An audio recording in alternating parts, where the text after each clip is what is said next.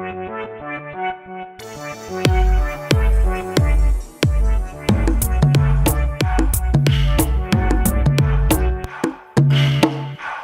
welcome back for the next installment of the Crypto Hippie Drum Circle. Today we'll be talking about psychedelics, very interesting and topic in mainstream. But we're not the mainstream. So if you came here for a mainstream discussion, then you came to the wrong place. All right, so but if you came here for an interesting conversation with cool people, then pull up a chair. And let's talk about drugs. Let's talk about drugs. All right. So psychedelics. Some people love to love them. Some people love to hate them. Some people are indifferent. I think there's less of a stigma these days. There's more research and there's more exposure in the mainstream media. Like when I was in Australia watching the government sponsored television network, they talk about it sometimes. Like they would talk about microdosing LSD on current affairs programs and stuff. Yeah, no, you definitely are seeing mentions of psychedelic drugs a lot more in mainstream media. I think that the popularity of psychedelics in Silicon Valley is having a lot to do with that lately. It seems like everyone and their brother in the tech scene is microdosing LSD, or at least has tried it. Is that what happened? Because like a couple of years ago, I was only hearing about, LSD, DMT, like et cetera, like, whatever, other drugs like that, shrooms. But now I'm hearing about ayahuasca and San Pedro and peyote and kambó. Kambó came on the scene like in the last 1-2 years, and now everybody's talking about it. That's the frog one, right? Yeah, that's the frog one. Non-psychedelic kambó actually. True. Yeah, is one that can actually boost your immune system to superhuman capabilities through the peptides within it that can unlock certain things within your brain when they bypass your blood barrier membrane. But there's no psychedelic effects to kambó, but it is another one of those ancient tribal medicines. Yeah, I'd say experientially, from the way I've heard it described, I've never tried it. It's like a simulated near-death experience. Yeah, I've personally tried it. I have a couple little scars on my arm from wow. I'm on the thing here. How many? I have four little burn marks where they actually burn a stick, put it into your arm. It doesn't hurt very bad, and basically just to get it into your bloodstream.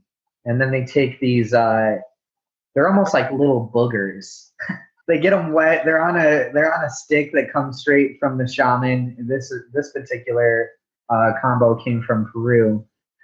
I believe the Shipibo tribe. They live in the jungle out there, and we'll gather this medicine from the frog, which actually has no natural predators at all. So it has no anxiety.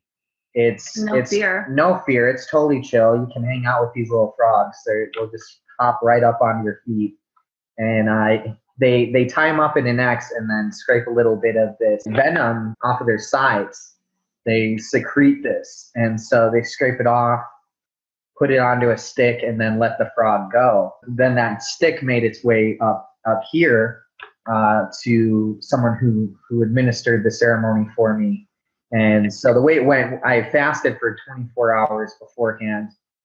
Drank lots of water the next morning when I woke up. He came over, did the 4 little burns, put the little balls of venom, reactivated, wet, and put one on each of the burns. And after about 10-15 minutes, it started to like really kick into my system. I had a overwhelming nauseous feeling like I had the flu, and just felt it coming, that I was going to purge, and I was totally prepared and ready for this. This is one of the main things about it.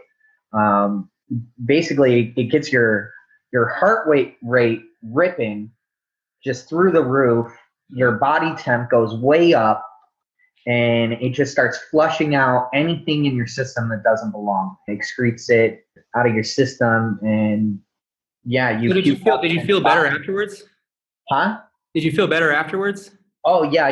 I puked up this bile, and you have to look at the color of this too, because like depending on the color, it's like telling you what's going on in your body. It's like literally checking your fluids, like you would check your car fluids. My colors were really good, he said.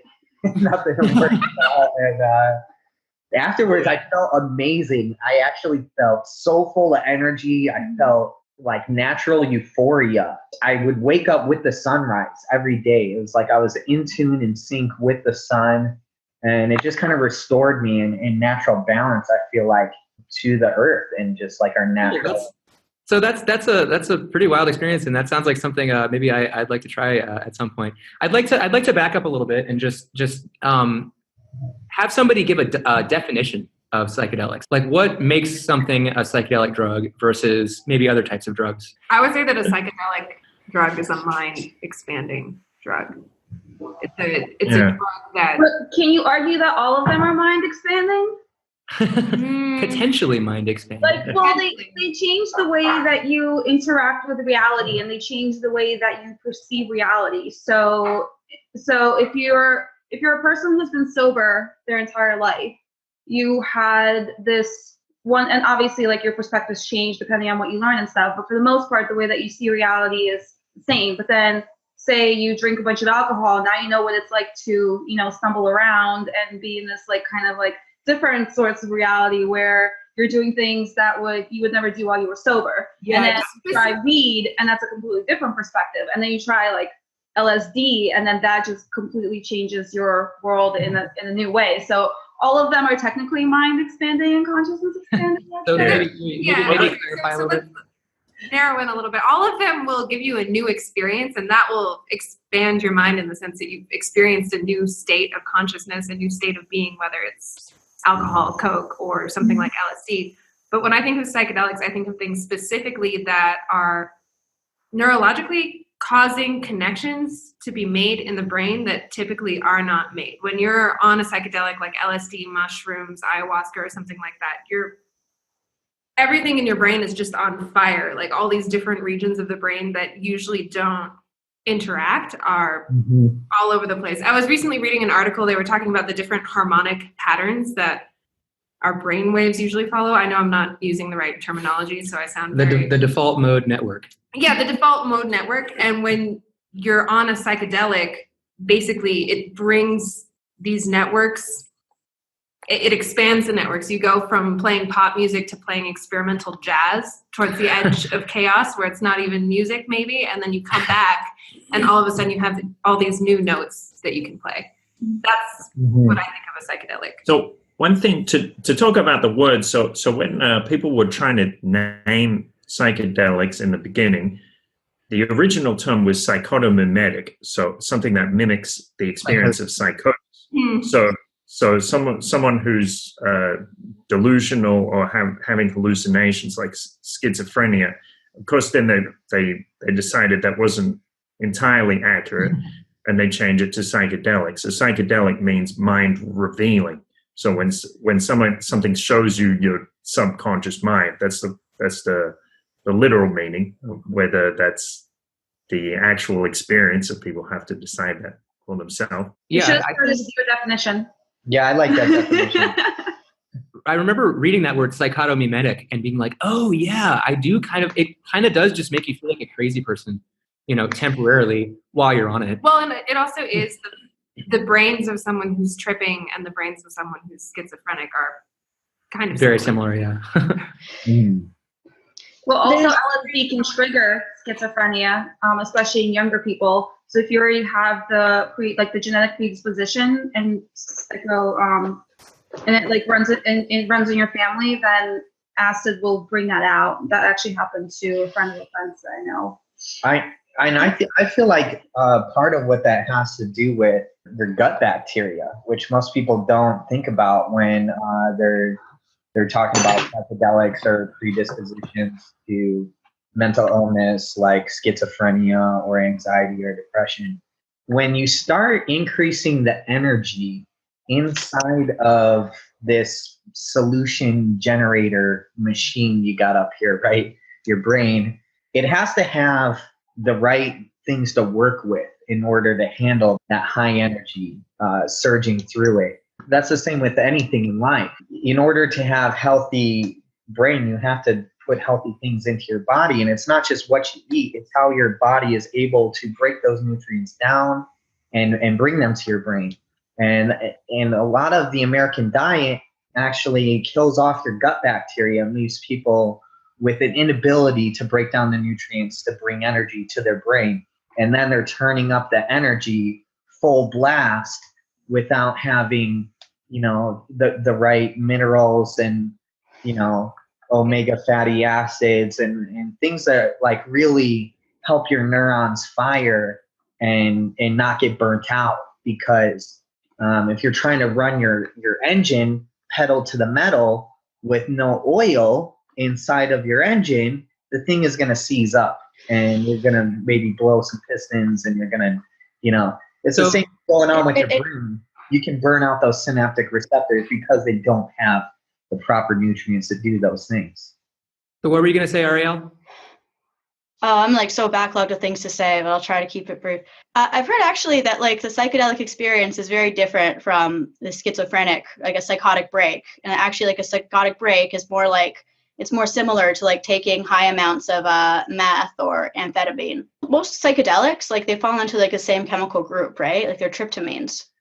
And whereas like like meth or amphetamine is a phenethylamine that apparently phenethylamine, yeah. And acid has like elements of both groups. And I find it interesting. Like, I think it depends on the site. Like acid, it seems to me like you hear lots of stories of people like going crazy after taking acid, but I actually don't hear that many stories. I think it's less likely for people to like have a psychotic break after taking like mushrooms or ayahuasca. I think you're right. I think people do tend to go psychotic when they're on lots of stimulants like meth or something like that. I think you're right. I'm in an interesting position to talk about that.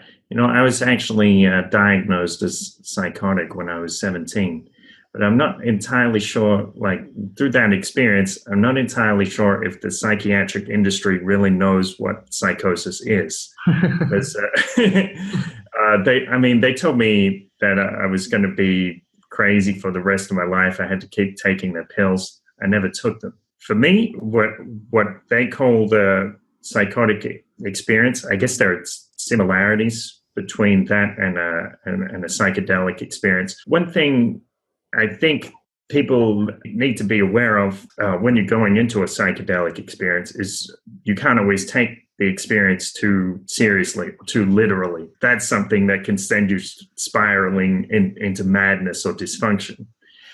Because you can have a psychedelic experience where you receive this knowledge and it's like, yes, you are Jesus Christ, or you are the Buddha, or whatever, and it's true in a sense, but not in the literal everyday sense. And if you mix up those senses, if you don't understand the subtlety involved, then you're gonna have a lot of problems there, or you get obsessed with a particular idea. That's when it can become a delusion. Yeah. Mm-hmm. Yeah, I totally agree with that. And I think that actually is good advice for just people in general in life. I think that we do have kind of a problem with sort of narcissism in our culture right now. And I think the internet is making it somewhat worse. People can go from being literally unknown to being super world famous in 15 minutes. And like, I'm sure that must be, it must be like taking drugs, it's just like, whoa, I'm like, the things I'm thinking are so significant. They're so important and everybody cares what I have to say, and we were having a discussion, Kurt, on the Slack about, like sometimes you feel like your next action is going to determine, humanity's history for the next 1,000 years or something like that. You can't screw it up, because, you're under all this pressure. I don't know. And all you're doing is trying to unscrew a bottle of orange juice. Yeah. Because everything you do is like imbued with meaning. Yeah. Well, I had a mushroom trip once where I was trying to bake a cake, and that was the metaphor for my whole life at that point. If I did not bake this cake, I was not going to do anything with my life ever again. So, and of course, as you know, fellow psychonauts, baking a cake on psychedelics is way more it's difficult, really difficult than baking a cake while sober. Yeah, that was like my friend's dad had this idea, like if you want to get really high, like smoke some weed and try to make pancakes or something. That was weird. I guess he had something. I guess like my question might be like, how do you balance that like kind of advice to not take it too literally with the sense that it is revealing some kind of truth about the universe? Because there's nothing to get it? That was the one realization that a friend told me once. There's nothing to get it? It was like, you say there's nothing to get? Get it? Yeah. Yeah, you get it? There's nothing to get. You get it? He just kept saying that. Okay. I see. He just kept saying that over and over. That was like his revelation in it all, where it's like, I think that could be one level of analysis, and I think there are probably a lot of other levels of analyses too that you could take it. Like, so as Ariel was saying, like I think, and even like the microdosing conversation, like I think psychedelics can actually give you insight into truths about the universe that you wouldn't have gotten otherwise. And truths about yourself. And truths about yourself, exactly. But it can also give you wrong information and wrong connections between things that are spurious, things that seem like they're intimately connected in every way, but that's just your brain making too many connections. I think yeah. really cool about psychedelics is they reveal a totally different type of experience. And for me, it feels like you're breaking down the different elements of your mind and zooming in on some of them and then zooming out. Everything's so much more intense, so it makes all these different habits and processes that you usually go through very obvious. The intense feelings and the intense knowledge that you might feel like you've gained on psychedelics about, oh wow, everyone's out to get me or something like that, if you have paranoid feelings or you're picking up on, I don't know, life decisions that you feel like you should make. Maybe those shouldn't stick with you afterwards, because I feel like everything's amplified. I feel like you have to just acknowledge that when you're on a psychedelic, everything is amplified. So a feeling is going to feel huge. A new piece of knowledge is going to feel huge, but also your little habits that you might not notice are going to be huge and blown up in such a way that you can see what's actually going on. Yeah. And I think a good advice would be just realize that most of what's being revealed to you is knowledge about yourself, like you were saying. Like there might be some understanding, like apparently Watson and Crick, or one of them, took a bunch of acid, and that's where the idea for the double helix came from. There, he was like, I saw it in my trip. It was a vision of a double helix, and they went and gathered did the proper experiments and proved that he was right. So obviously that can happen with acid, but normally or most of the information can be like basically you're learning about yourself. It's just you're watching your mental processes happen. Mm-hmm. Well, I do think that the balance between learning yourself and learning about reality are very interconnected. So I do think that, like, for example, like in my opinion, I think DMT trips really are kind of out of body experiences where your consciousness or like your thoughts or ideas or whatever you want to call it kind of like gets out there and accesses another dimension or another world in a way, or another plane of existence, and gets information from there. And sometimes that information is absolutely correct to the way that our reality functions. It's just that we can't see it when we're in this like three-dimensional sober layer of what our five senses do on a daily basis, versus this new sixth sense that kind of lets us see outside of our immediate reality.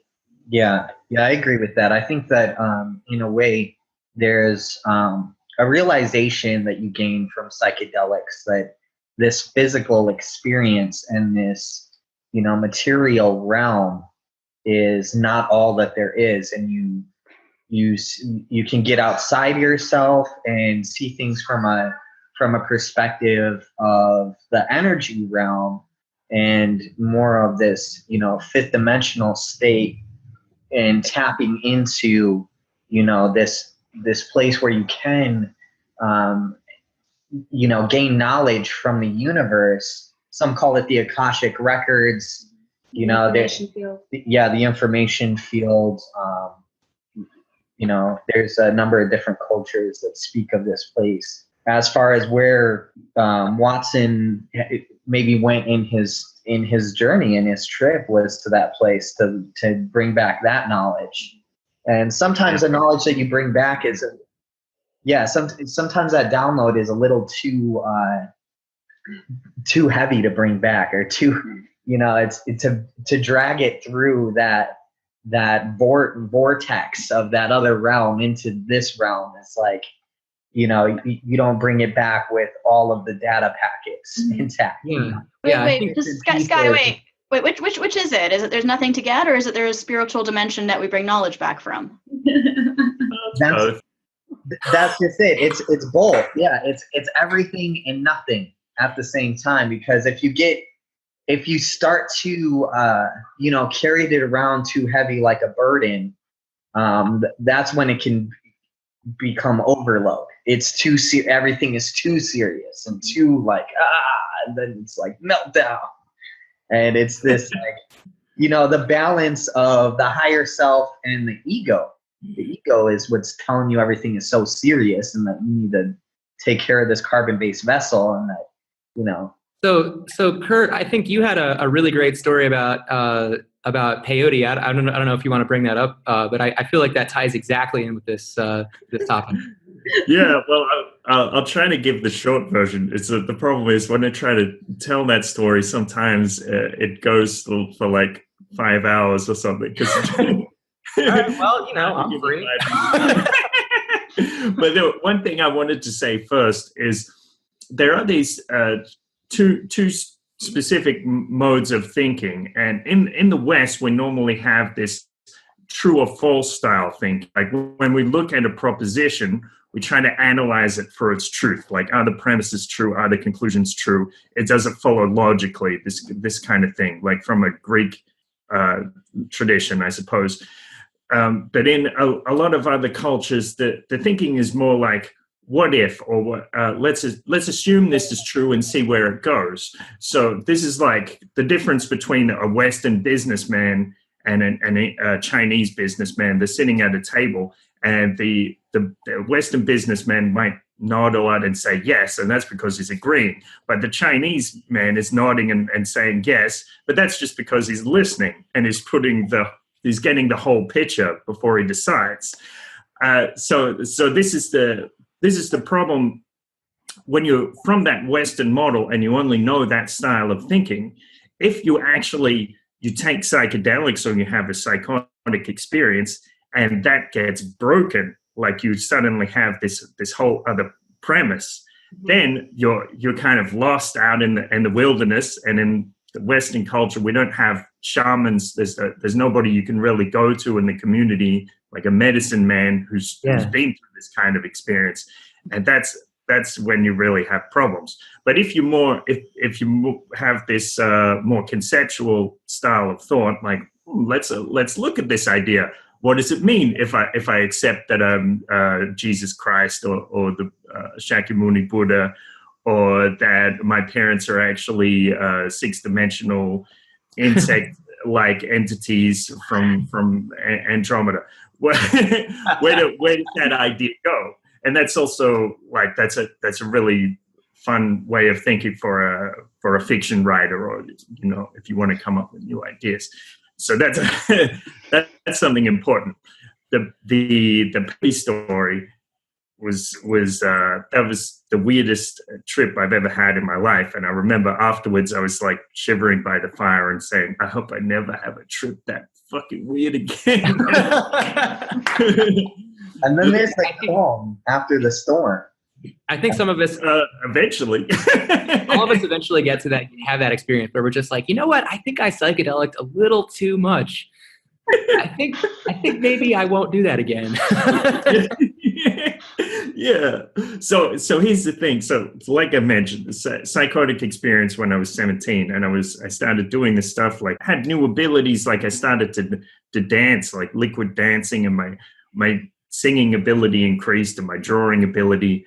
And I had telepathic abilities for a short time, which, I mean, you can take that or leave that. But the point is, wait, it just went away? You had telepathic abilities and they just went away? That must have been really, really traumatic. And be like, no, I can't know people's thoughts anymore. Well, that was that's definitely something I went through, and we can get more into that another time. But there's a whole other story.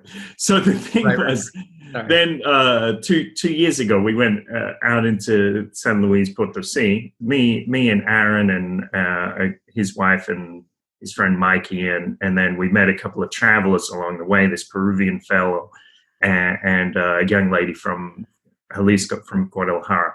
The young lady from Jalisco said to us, I only have one tip for you. And she's taken peyote like 5 or 6 times before.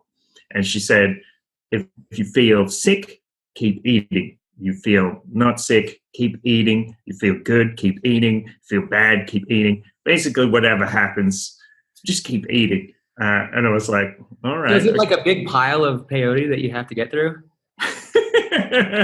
Well, there wasn't like a specific quota. Are you eating peyote or eating food in general? Peyote, yeah. Okay. He was talking about eating buttons of peyote. That's so just don't stop eating it.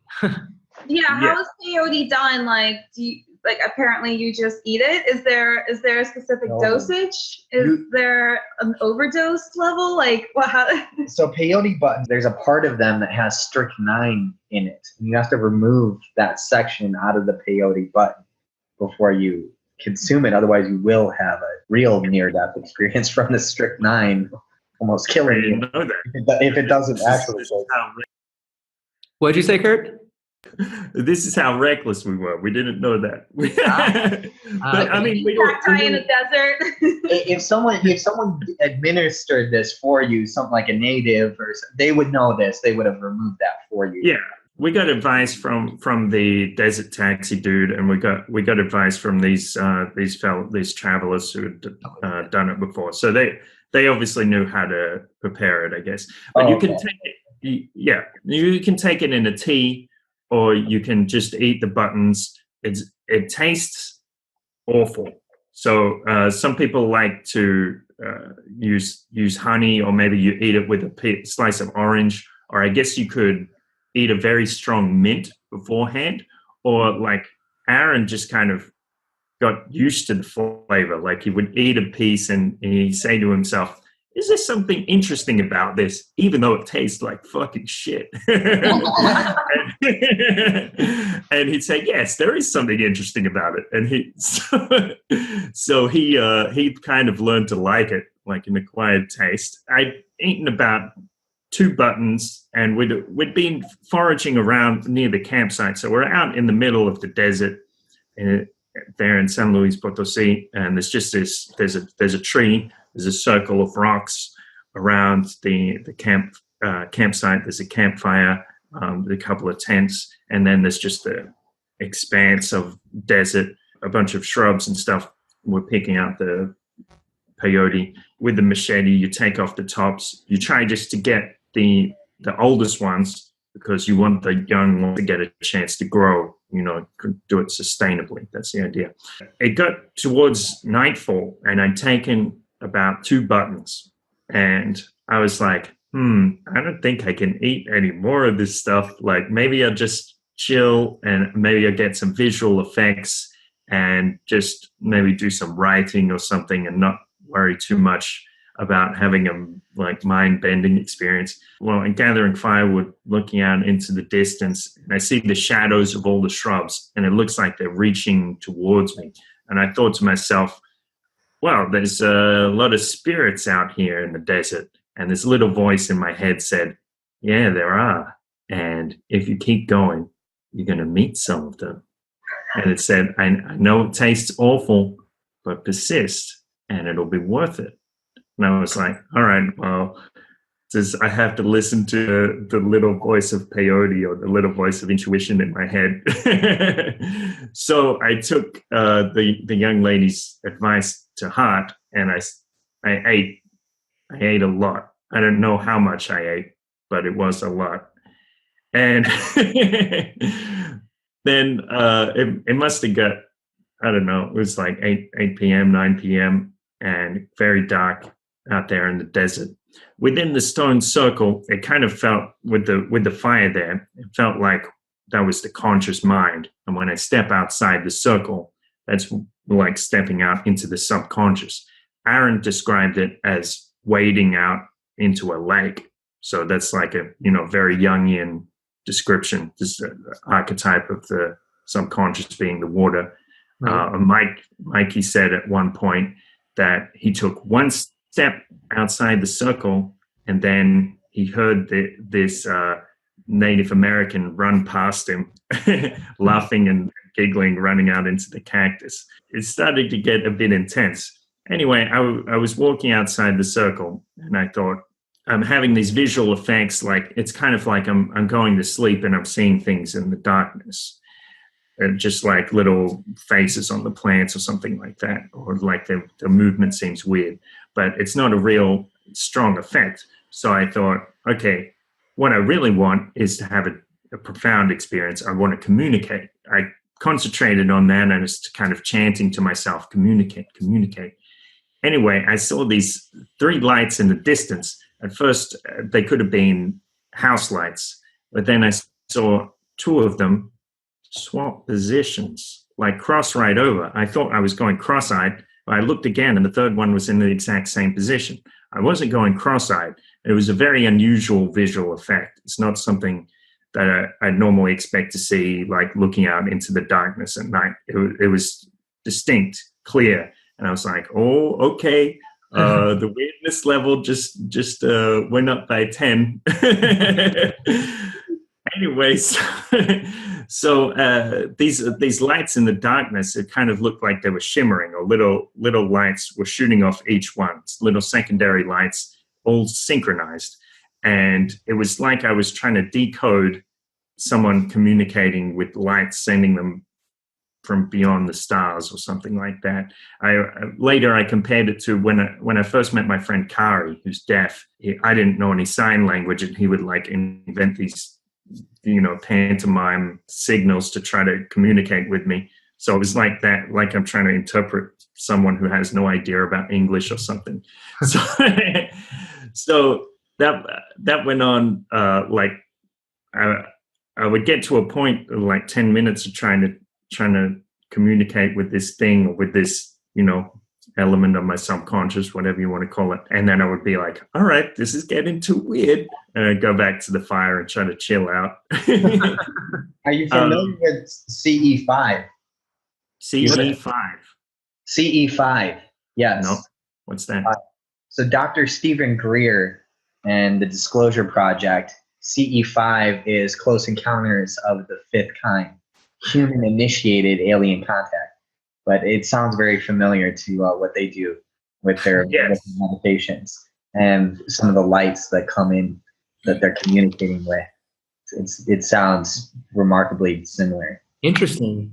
Right. I have seen some of those clips, actually, and I would love to go out there again and not take peyote, because we saw so many weird things that night in the sky, and like I saw like a will-o-wisp run right past me, like spiraling. There's a lot of weird stuff, a lot of cool stuff, but intensely weird. So you did actually say that, like, you felt like maybe it was aliens, right? Yes, I did. And I believe it. I don't know if it's true. And we're gonna have an aliens episode too. I don't doubt it for a minute. Yeah, I mean, our bodies are very much likened to that of transmitters. If you look at our heart as a battery, it's surging electricity, through our closed circuit blood vessel that is, like the antenna, and your pH is changing the frequency, the pH of your blood, and how much oxygen we breathe changes that pH and changes your frequency. And there's all these number of different factors that go into the output signal of what you're communicating outwards in this data signal, Yeah, you definitely have a lot of like a lot of like signals happening in your body for sure, and lots of waves and things like that. Yeah, so not just the strong force. Yeah. I guess there's two different ways that people tend to look at psychedelics. I think there's the camp that psychedelics are taking you to another dimension or taking you to another place or allowing you to commune with things that you normally cannot see or that we're blind to. It's basically transporting you to some kind of spiritual plane. And then there's the camp that you're just going really, really, really deep into your own subconscious. And I'm curious how people like juggle with those two ideas. There's the camp that says that those are the same thing. Yeah. I think it's both for sure. Yeah. Because definitely like that, to comment on the alien thing, I do think that, and I do believe that some aliens, you also have to define the word alien. We'll do that in the next episode. But I think they can be corporal and three-dimensional, like people witnessing UFOs and actual ships that are made out of three-dimensional material. And then also aliens who we can't see with our regular eyes, but we can see in our third eye and are non-corporeal and maybe are somehow metaphysical or invisible to us in regular reality. Anyone here read Robert Anton Wilson? Yeah. Yeah, of course you do. But yeah, it's like Kurt's, your story made me think of his books, because it's like, actually both your story and the thing you said before your story, because his whole thing is like basically training yourself to like hold different possibilities of how the world could be in your head at the same time. So even if you're like, I'm going to believe it's aliens, it's like you have that belief, but you're also like aware that it's like a possibility among several, and being able to do both those things simultaneously. And he uses like the psychedelic experience as like the basis. Like he just did like a ton of acid basically for like 3 decades. And yeah, and he actually for a while, like he believed he was getting like transmissions from like the star system Sirius. And then for a period he believed it, and he was skeptical about it. And it's like, but it was all about training his mind to like be able to hold every possibility. I can absolutely relate to that. I haven't read that, but I feel like not only did psychedelics train me into that, they forced me into that. It's like a crash course in proper thinking. Proper thinking, or this different kind of thinking. I've read a little bit about it. Some people call it the opposable bind, where you're holding two different types of opinions simultaneously.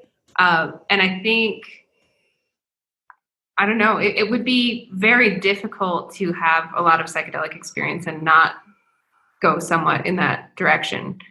At least my experience and the experience of those that I know. Yeah. Oh, can I tie up my story? Yeah. To bring it back around. Yeah, well, there's a few parts. The thing which made it really weird was basically these extraterrestrials told me that they were very grateful just to have the experience of talking to me. So it's like they were waiting a long time just to try to send out a line to somebody and hoping someone answered. And they got me.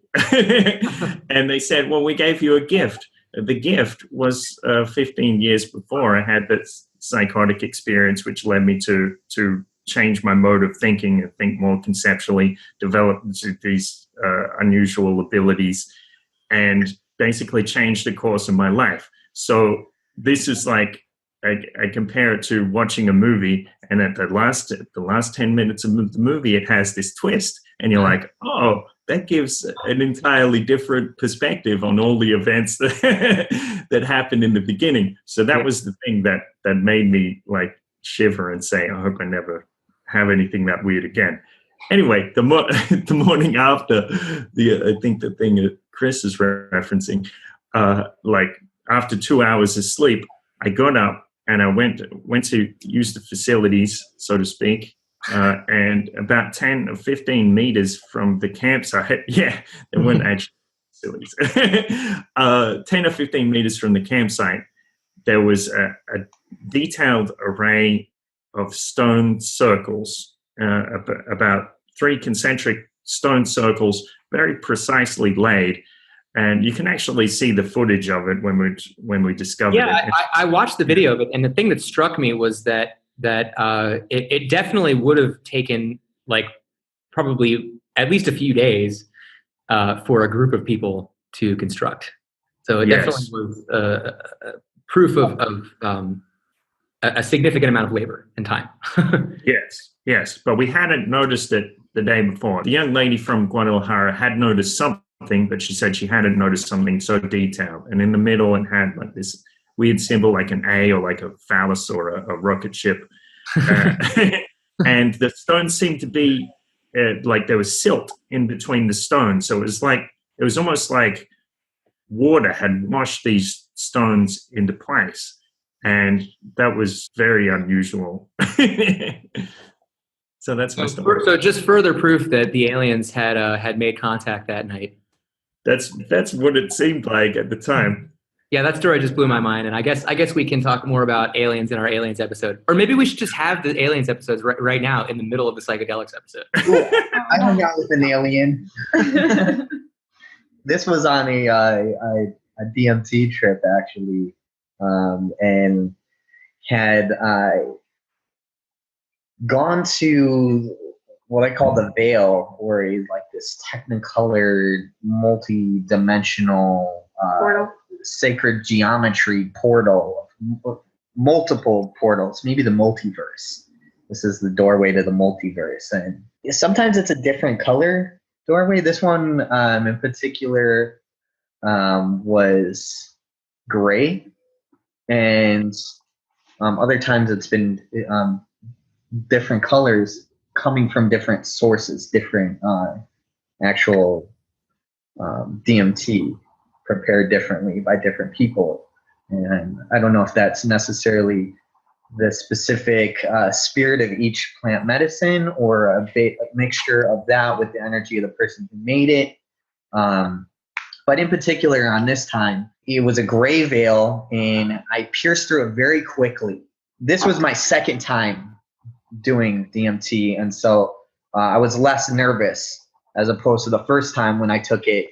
It was like this beautiful veil, this like warm, loving goddess invited me. She appeared and gave me like the signal, come through, and I slowly pierced it and just didn't have enough fuel to get all the way through, and then came back. The second time, I wasn't holding back. This was like weeks later after I did some research. Okay, I can't die from this. You know, this stuff is not going to kill me. So, okay, I'm going to go. Let's just go balls to the wall. Yeah. So I took three big hits off of it.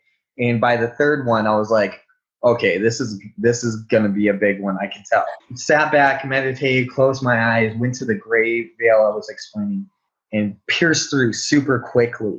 It felt like I traveled like 1,000,000 miles an hour. Kind of that like initial G-force when you're in like a jet plane taking off, like that kind of feeling of like just moving very, very quickly. It was kind of that sensation. And I was in light body form, sitting next to two blue aliens, much bigger than me, broad flat noses, no hair, and kind of resembled avatars. They could tell I was kind of freaking out. You know, I never hung out with aliens before. I don't know. What's the etiquette? Do I take my shoes off? Yeah. If I can offend these guys, do they know who I am? Are they nervous about me? What's going to happen here?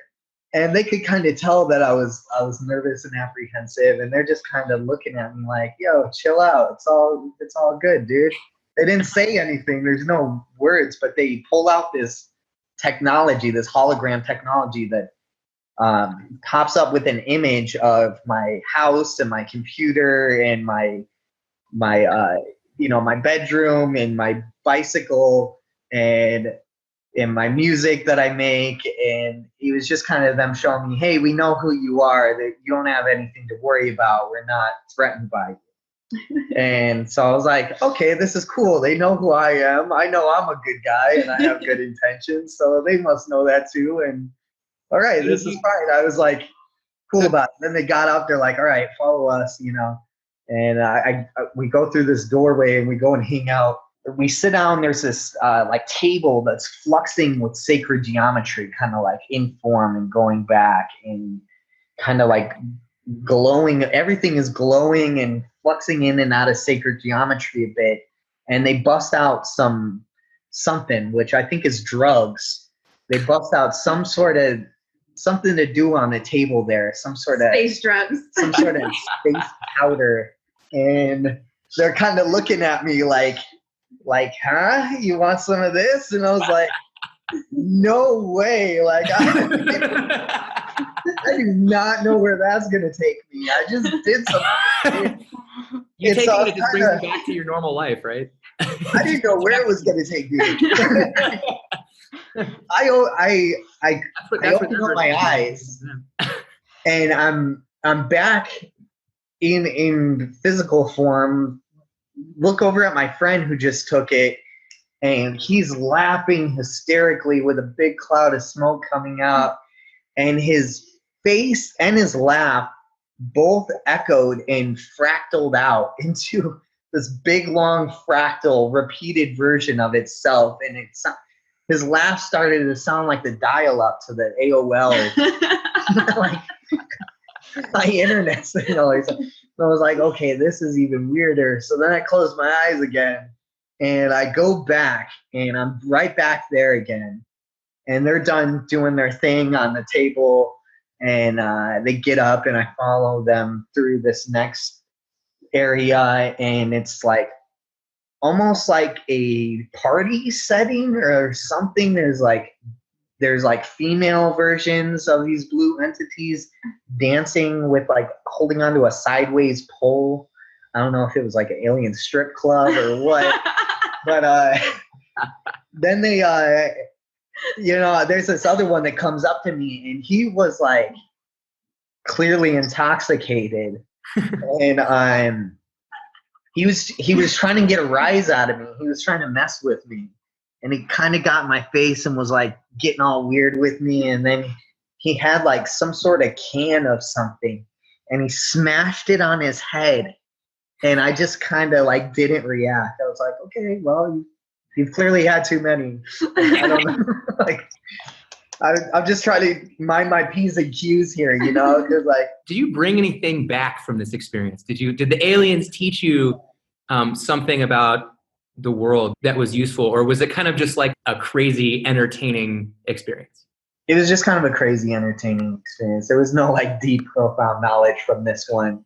And with most DMT experiences, unless I go into it with an intention of wanting to gain some knowledge or setting intent for what I want to bring back from it, that's kind of the way to make that happen. Otherwise, Kurt's actually brought this up a lot, that when you go into the trip with a sort of respect for the power of the substance that you're doing, that tends to change, and maybe like with an intention, like you said, Sky, that changes the experience and makes it possibly more meaningful than it would have been otherwise.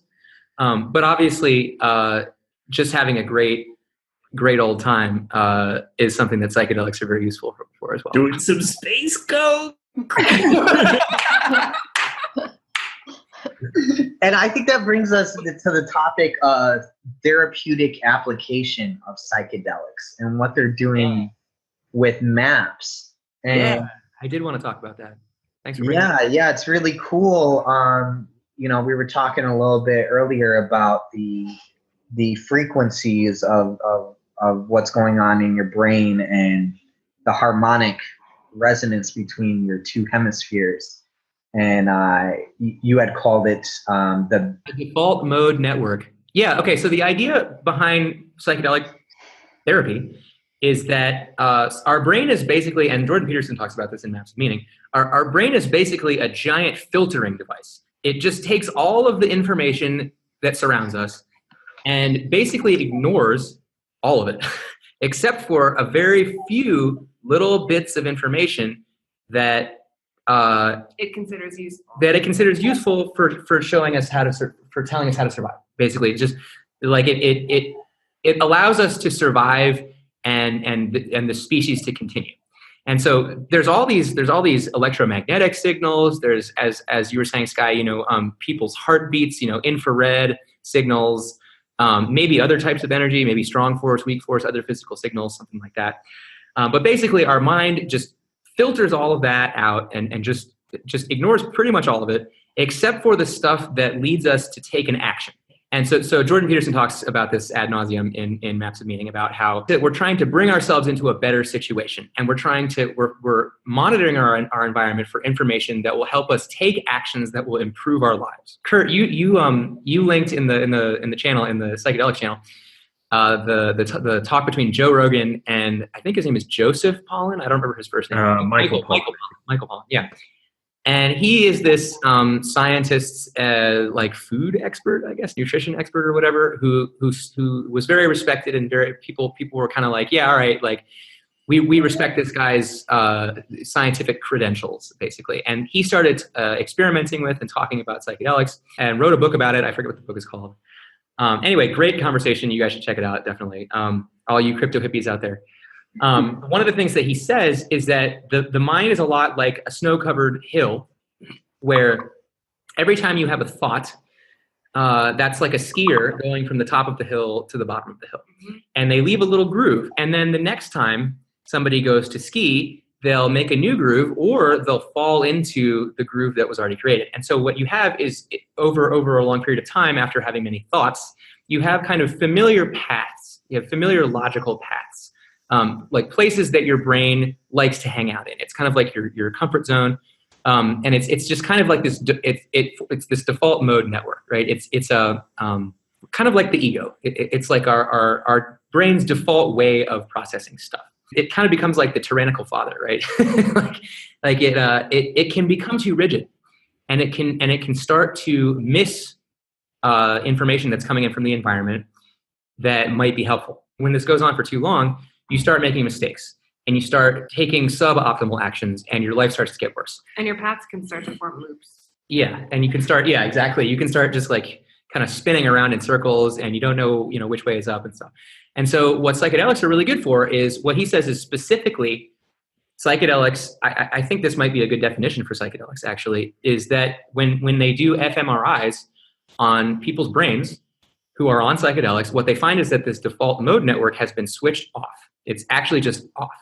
And so what I guess the result of that is that all of the little bits of information that our brain is usually ignoring, we have to pay attention to. So you get all this kind of like seemingly spurious information from everywhere, but your brain is still looking at it as though it's coming through your default mode network, i.e. it's looking at it as though that information is significant and needs to be processed.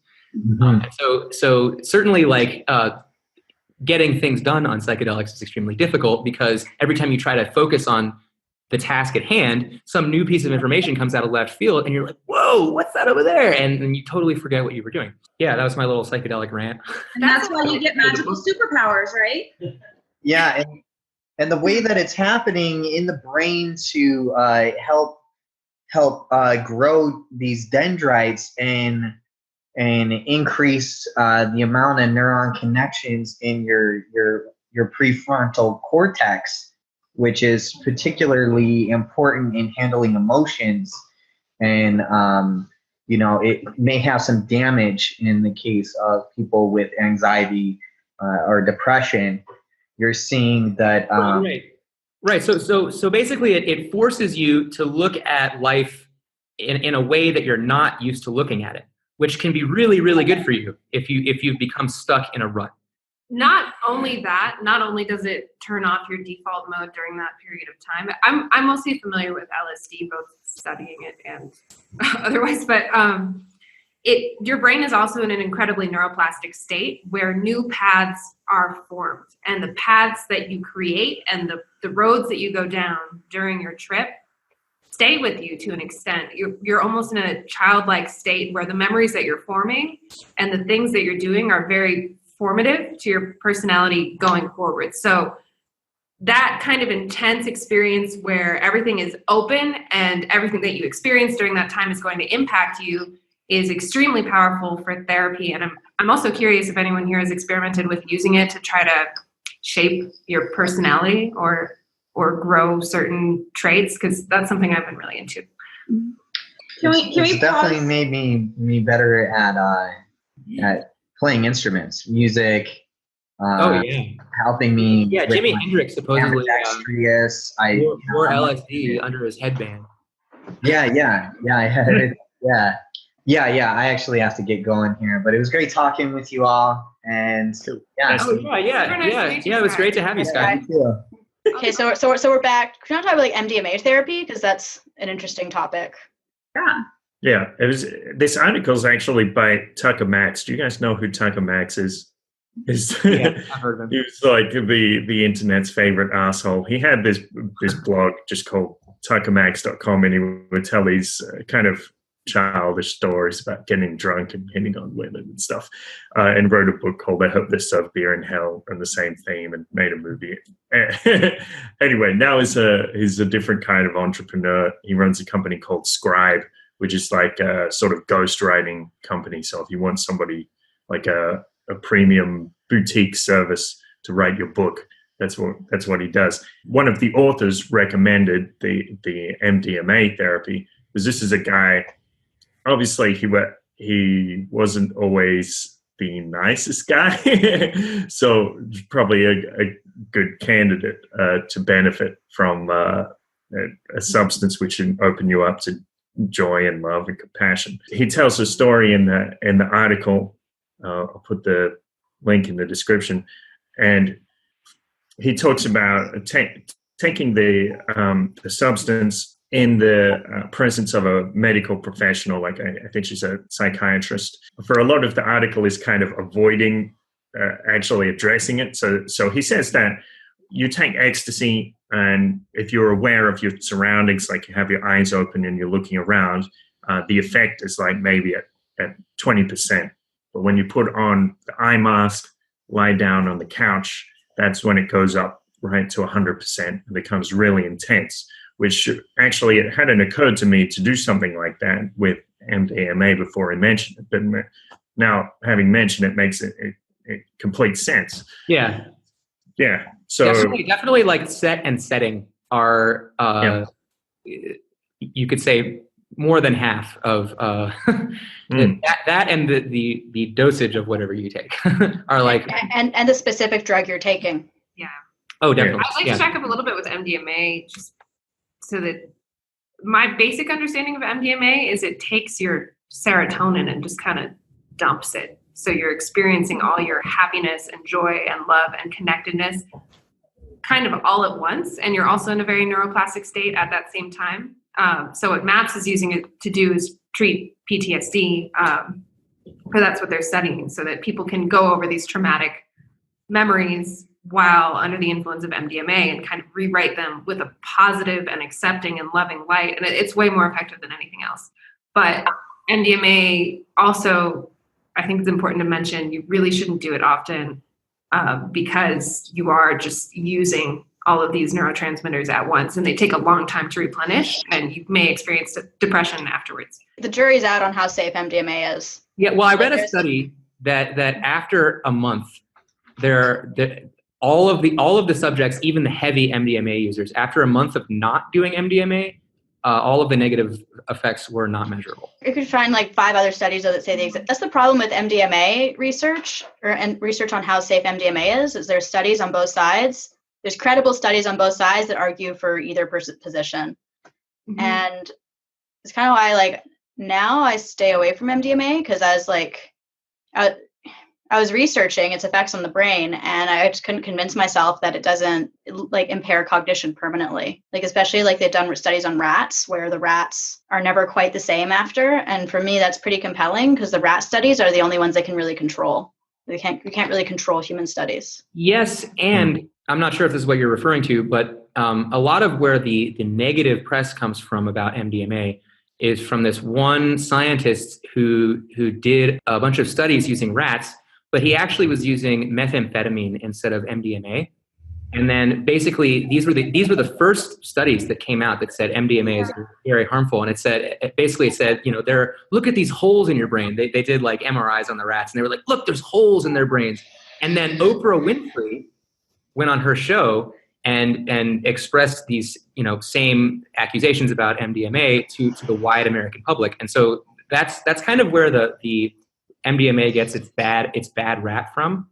Yeah, I mean, there's like always like the bad studies from the 80s and 90s that have now been discredited, like same thing with weed, but like I still like I'm not completely convinced by like the, hippie argument that it's completely safe and it's been proven to be safe, because it hasn't been. I'm the same way. I think that there's definitely pros and cons to it. And there's pros and cons to any of the psychedelics that we've talked about, but I think that MDMA is in a little bit, to me, it's in a different category in terms of safety. Yeah. I mean, for me, if you're worried about your brain becoming permanently affected by doing psychedelics, then you definitely shouldn't do psychedelics. Well, but because it definitely will affect you in some way. But it depends on what the effects are. But I mean, it's like a difference between like, and do mushrooms and like have insights and be changed versus like do MDMA and then like a whole bunch. Then my IQ is like permanently 2 points lower than it was before. Most drugs will damage your brain in some way. I think it's telling that there's a controversy around MDMA and there's no controversy around like psilocybin. Like there's no one saying that psilocybin's gonna, affect your cognition and kill your serotonin receptors, because it just doesn't. Right. Yeah. And you can definitely, I think the main danger with MDMA is taking too high of a dose and doing things like dance all night and drink a bunch of alcohol on the same night that you're rolling really hard on 10 doses of MDMA. I mean, that's a danger of dying that night. Right.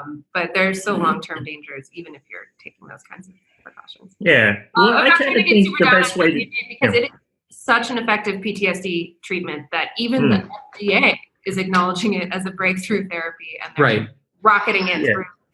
Like, I forget the exact numbers, but I think the most recent like groundbreaking study was they had over 100 participants of people who had persistent PTSD for years and decades in some cases, treatment resistant, and the majority of them, I think it was, I don't remember the numbers, but I think it was somewhere around 70% reported just being cured after a few sessions of MDMA therapy. Mm-hmm. It's really amazing. Yeah, I mean, so for each person taking the decision to take a psychedelic drug, it's a cost-benefit analysis. It's like, do I have PTSD? Is my life going to be horrible forever? Maybe I should try some radical alternative treatments, or am I perfectly happy with my life and everything is going great? Do I want to be really experimenting with my brain chemistry? Yeah, I do remember seeing some clips, like testimonials, people being interviewed and being asked, so this is, this substance has improved your life, and how many times have you taken it? And the woman is like, just once. Anything that you can take just once and it can permanently improve your quality of life is worthy of consideration. But hopefully in the near future, sorry? Oh, I just said that would be another possible definition of psychedelics. Something that you could take and permanently improve your life. Yeah. So I think in the near future, people are going to have access to a controlled setting where they can do it therapeutically. So if you don't feel safe doing it right now, depending on the severity of your affliction or your suffering, then maybe soon it will be available in a much safer setting. Right. And I think another thing that needs to be brought up is that a lot of the problem with doing meta-analyses about drug users is that drug users tend to have bad habits in general. The other thing I was going to say is the purity of the drug is often much less than optimal, especially MDMA. It's pretty difficult to find pure MDMA.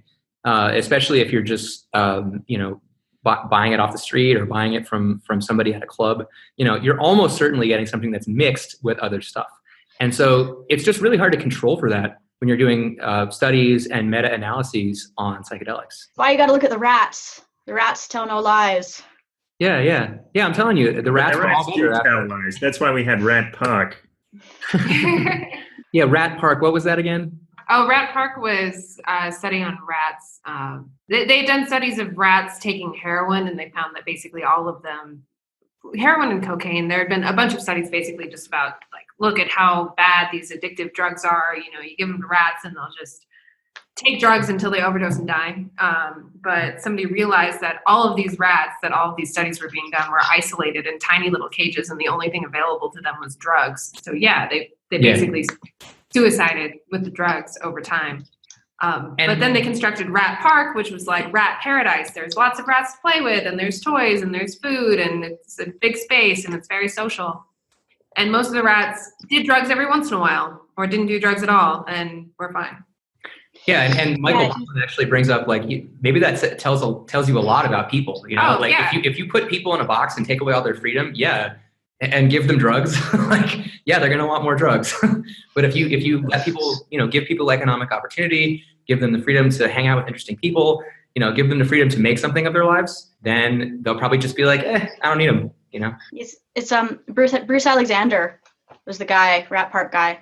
He's actually Canadian. He was looking at the inner city in Vancouver, and that's how he was inspired to design those studies. So I wanted to bring this up a few minutes ago when Kurt was talking about like MDMA. Well, I guess we were talking about how MDMA can change your life.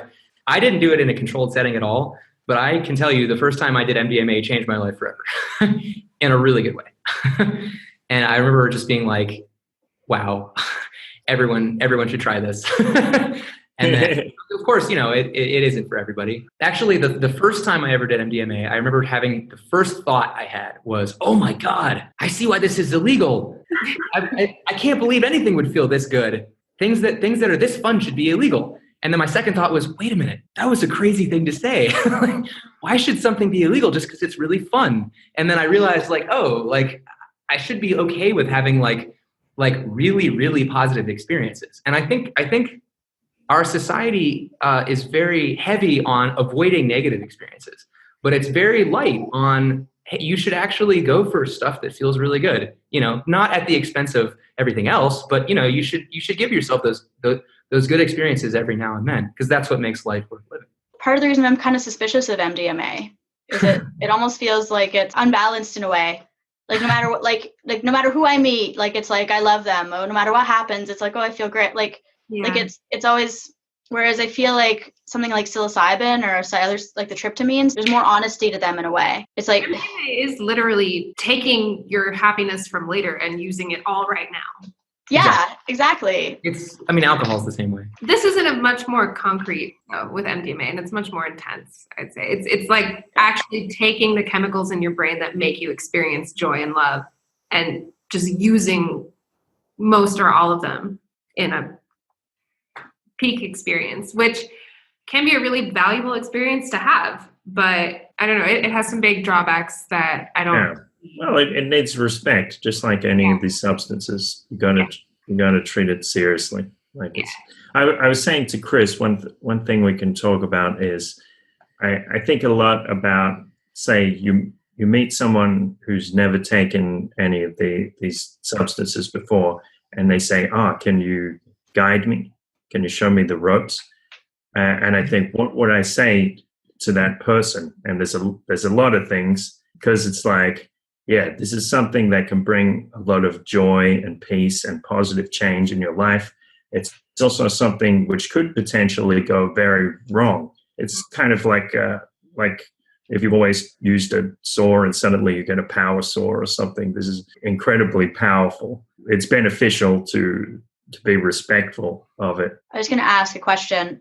Do you guys think psychedelics are for everyone or not? No. I don't know. It's up to everyone to decide. So that it's not up to me to make that decision. So I don't have to. It's a kind of a... I would say that there is probably a set and setting and a time in your life in which a certain psychedelic would help you a lot. And I think that probably goes for everyone. But does that mean that any time is a good time and any psychedelic is a good time? Obviously not.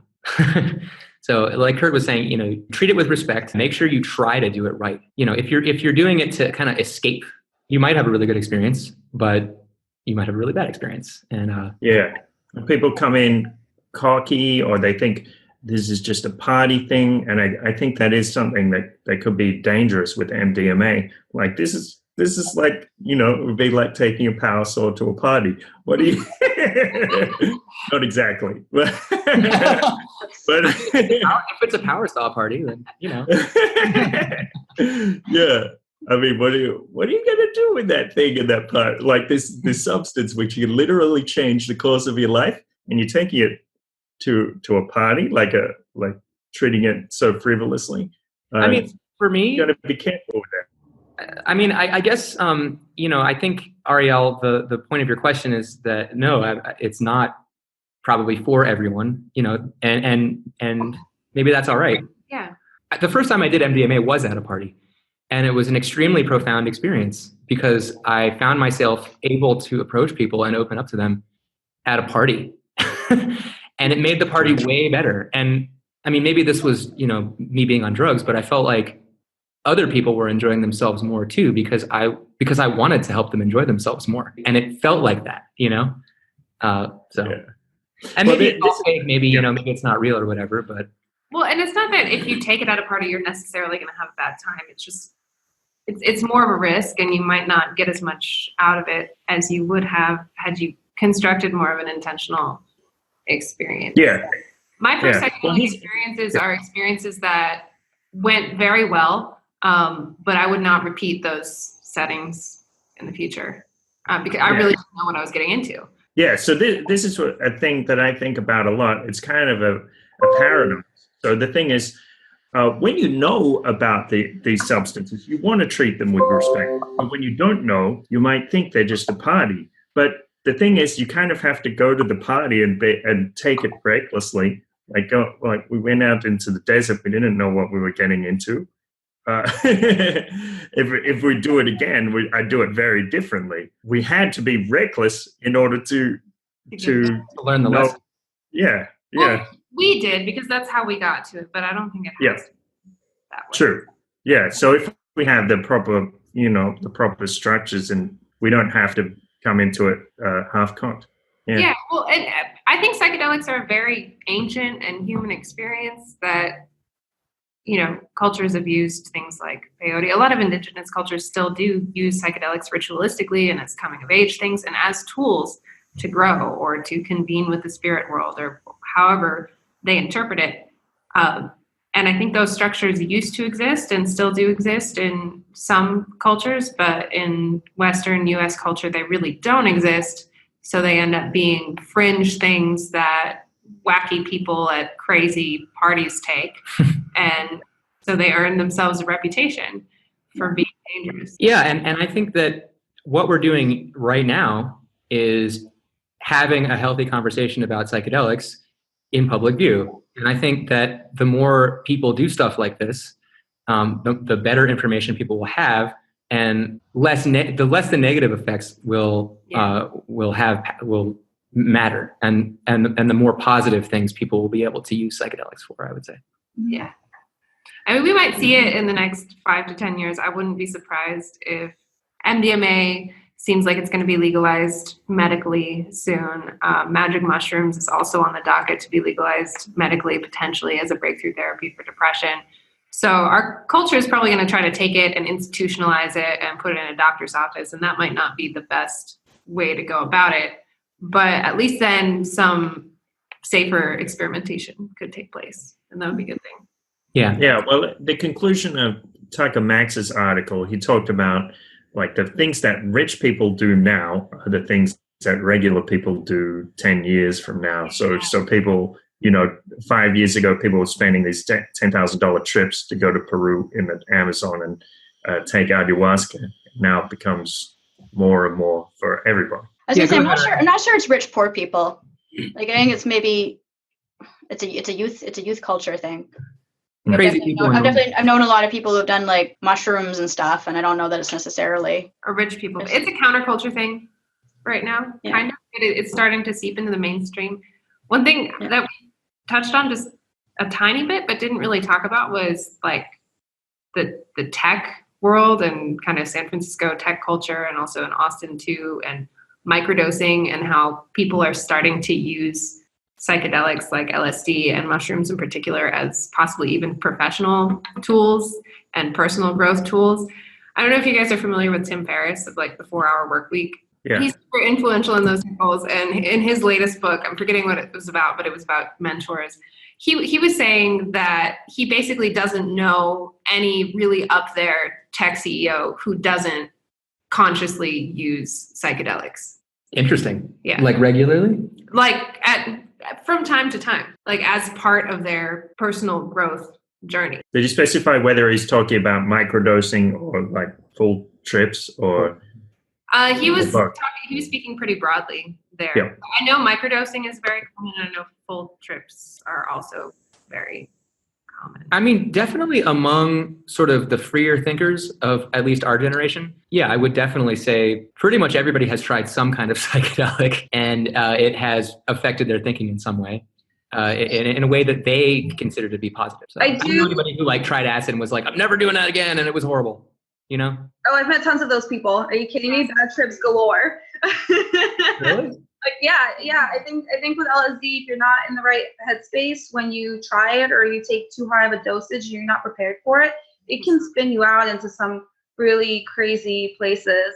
And then there is something to say about the acid mafia that does use LSD as a weapon against those who would, who wrong them or steal or et cetera, because I've never heard of a lot of these drugs are still black market, and black market brings some really different nuances to the whole space. Yeah. Oh, that's another whole topic that we can talk about. Can you elaborate on the acid mafia? Because I've never heard about that. Yeah, me neither. I'd rather not. But basically, like, there's a select few groups out there that actually do create acid. The creation of acid as a molecule is an extremely nuanced process and can be difficult, and it doesn't always work all the time. Like, you can start out making acid, and then for whatever reason you create the molecule, but it doesn't do what it's supposed to do.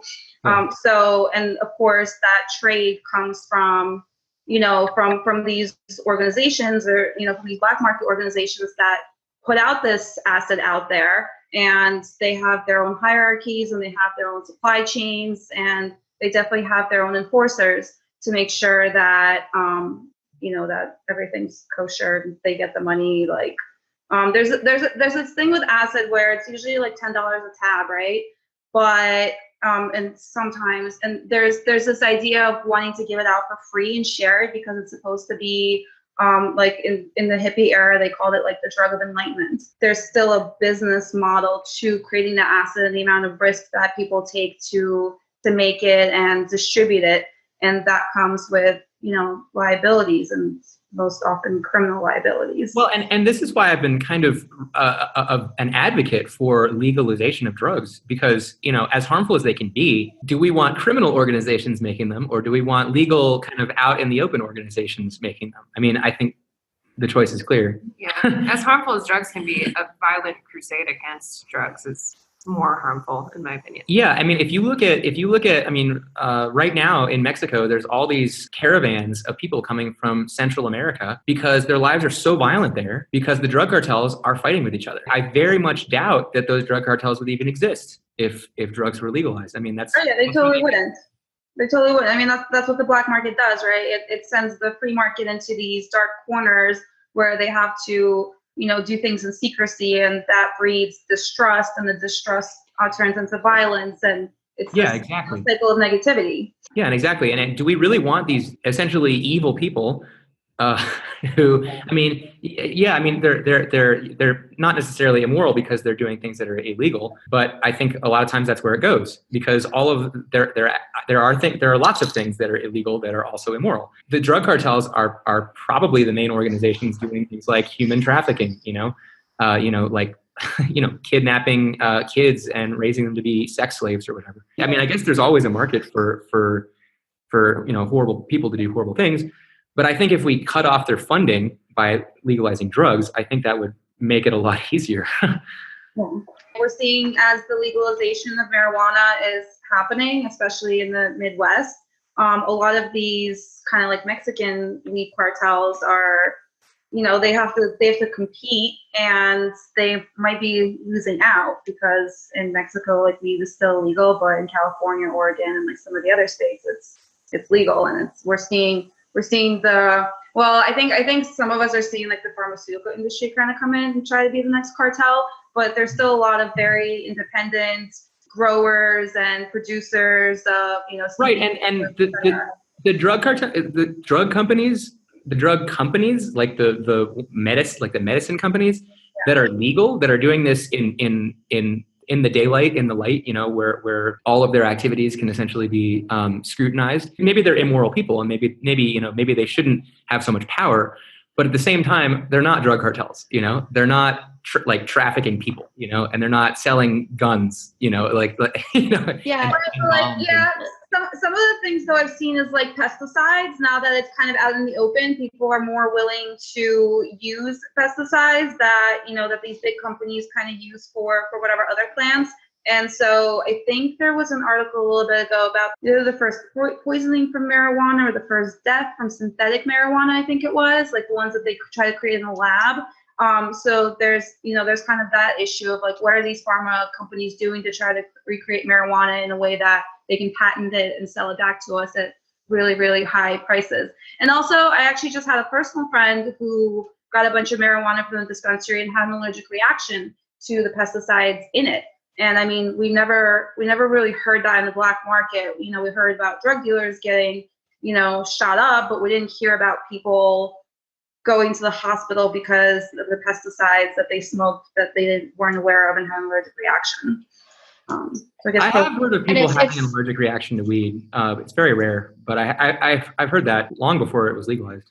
Black market and the above ground legal market, these have no problems. But I think that it's generally safer when things get brought above the veil. Yeah. There's a difference between legalization and decriminalization too, right? Like decriminalization is when something's like released to the free market, and legalization is where there's like a legal pathway to get it, but it's not necessarily free market.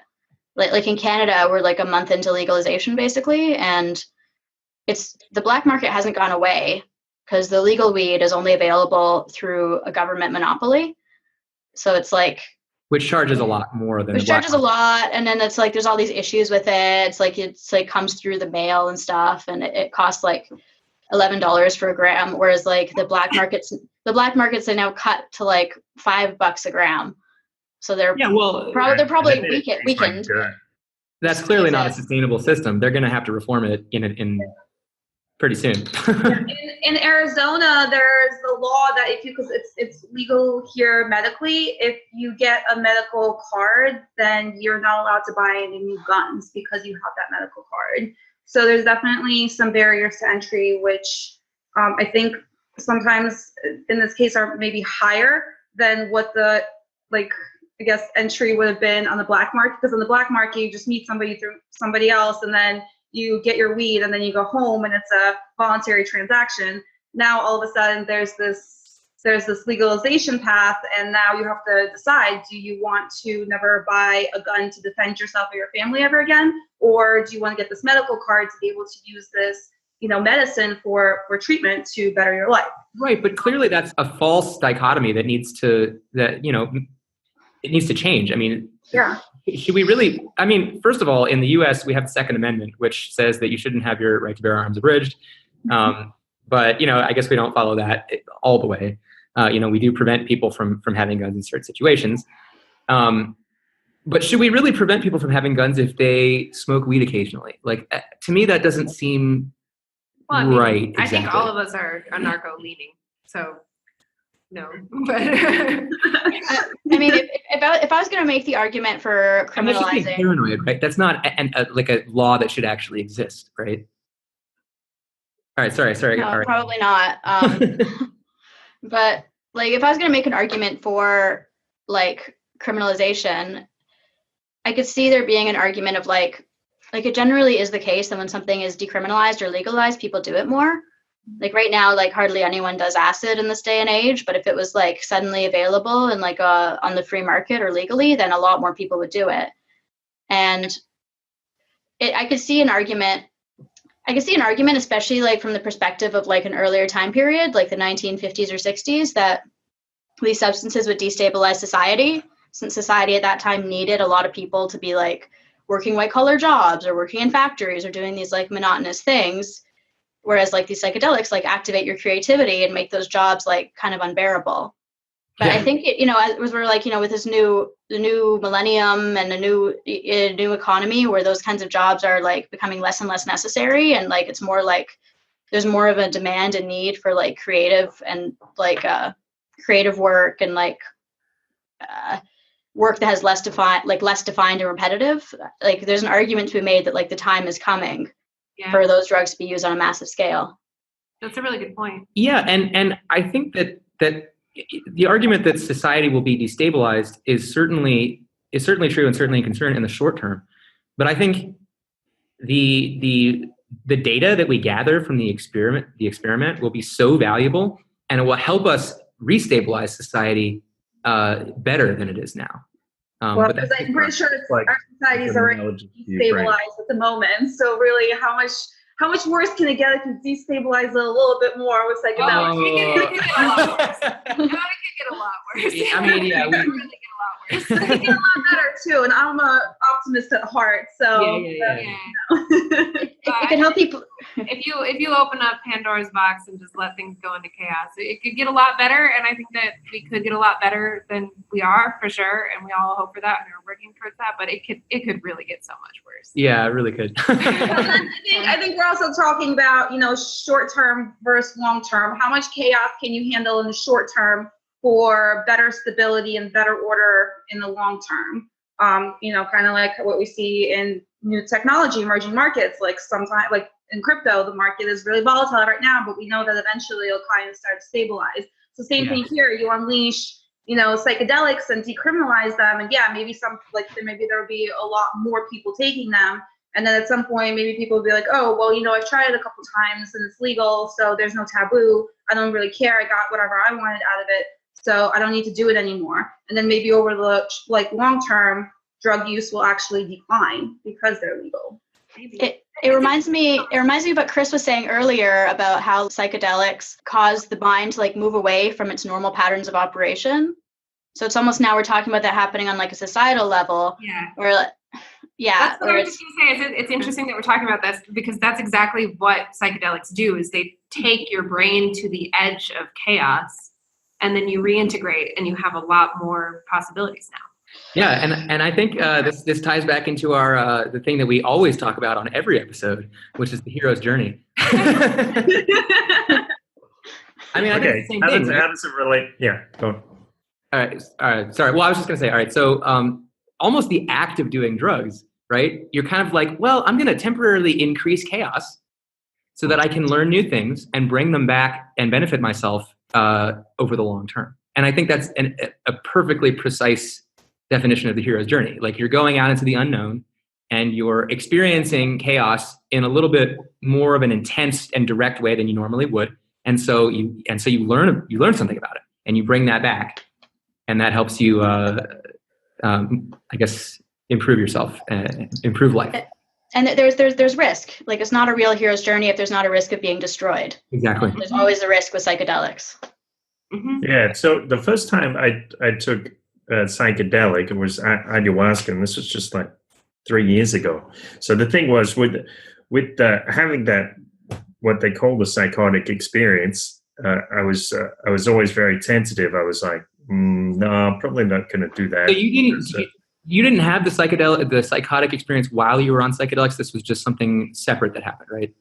Yeah, it was kind of spontaneous. Well, I had smoked weed, so I guess in some marginal way this is psychedelic. So, but no, it wasn't. Was exactly. that what triggered it? Like you got high and then it set off some kind of psychotic episode? It was certainly a factor, I would say. Yeah. Okay. So then, anyway, I mean, after that, actually, I had to cut out smoking cannabis completely, almost, because it became so intense for me. So then I was eventually had this opportunity to take ayahuasca when the student's ready, the master appears. It took a long time. A year before that, we'd gone looking for it and just couldn't be found. But then, out of nowhere, it popped up. So I was like, okay, if I take this, maybe I'll never come back.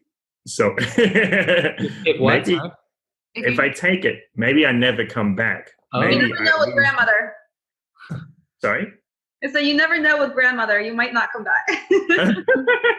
Well, I definitely came back. I came back better, but yeah, I did have to put my faith in grandma. So, but yeah, I thought, what if I take this and I just go loopy and I lose my marbles and forget who I am, or like my body becomes a sort of empty shell or something. That was. And I'm like, how do I assess that to be a good idea? Or how did I have the courage to do something which seemed so risky? But that was my journey.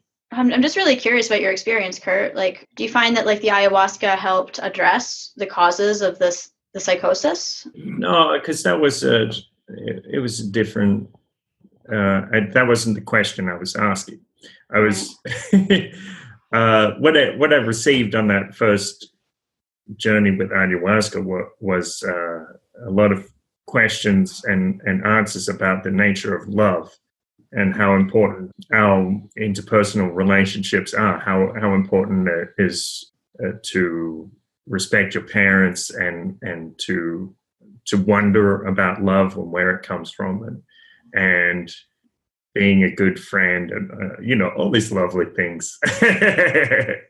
Right. Yeah, I've definitely had trips that touched on that theme as well. I remember I did a thing called MDA. I'm not sure if you guys have heard of that, but it's supposed to be, what is it called? Sassafras? I think that may be one of its nicknames, yeah. It's kind of like rolling, it's kind of like MDMA, but it's got a much bigger psychedelic component. Yeah, it's like the precursor and the more MDA is like the sassafras fruit, and then from that you can derive MDMA, which is Molly. And right. Then out of Molly, you can make ecstasy if you like mix it with a bunch of other things. Like right, that. Exactly. So I was at a music festival with some friends, and we did this substance, and I remember just having this thought that was kind of like, a lot of times, especially at like a music festival or in a chaotic environment like that, you feel kind of overwhelmed a little bit, and you're kind of like, man, like, what do I even focus on? Like what should I think about? I don't know if it was a voice or just like a feeling that I got that was just like, believe in the power of love. and then after that, it was way better. And then I remember I just kind of was like, okay, I'm just gonna have faith that everything is kind of just gonna work out, and I'm gonna stop stressing out about stuff, and I'm just gonna like make sure everybody around me is hydrated. I was like, I'm gonna have this water. I'm just gonna make sure I always have water and everybody around me is always hydrated. And I made like a bunch of like friends with people around me. And anyway, so that night I came back from the trip, from going to the festival, and we came back to our hotel. And one of my friends was kind of like, man, I just had a really rough time. I don't know, just feeling kind of down. And I was like, all right, man, I know this sounds cheesy, but just believe in the power of love. And then he was like, and then I thought about it, and after that, my trip was way better. I don't know. Maybe psychedelics make us realize that cheesy things have a kernel of truth. Yeah, that's what Michael Pollan talks about a lot. He says we say these things over and over, but the challenge is how do you bring life to a cliche and know that it's not just a saying. Psychedelics have brought life to a lot of cliches for me, like especially words like personal journey and things about tripping. It's kind of made a lot more of the metaphors that we use day to day in our language seem a lot more meaningful. Yeah, meaningful and real. Staying hydrated is a good theme. Definitely, that's been a thing. And one of the things that it taught me, I think, it was the power of giving gifts. And Burning Man, of course, has its whole philosophy around this. But really, when you just like sit in one place and commit to producing like a single product or service, and you produce it, you produce enough so that you can give it to yourself, right? Because it's you want to make something that you like, and then you want to make a huge excess of that thing and give it away for free to other people. And that's like the way that I found the most meaning in life, throughout life, is just when I have that thing that I know people are going to like, and I'm just like, here, have this. And they like it. And I'm like, and I see the smile on their face, And like it like breathes meaning into existence when that happens. That's awesome. Chris often gives the gift of dance parties. Yeah, I try to dance party as often as possible. That's for sure. Actually, MDMA. Again, if I hadn't taken MDMA that first time, I'd be a totally different person. I don't know what I'd be like. I'd be very boring. So my last psychedelic trip was really interesting because I used it to cultivate some personality traits that I wanted and some skills that I wanted. And I feel like it's had an effect. Obviously, it's difficult to measure, and I haven't, made a spreadsheet of how well I'm performing at these different personality traits. But it was at a festival, and they had public murals. And I enjoy painting, but I don't consider myself really awesome at painting. But I decided to make that my home for the trip and focus on just allowing myself to take up more and more space on the mural, just basically increasing confidence.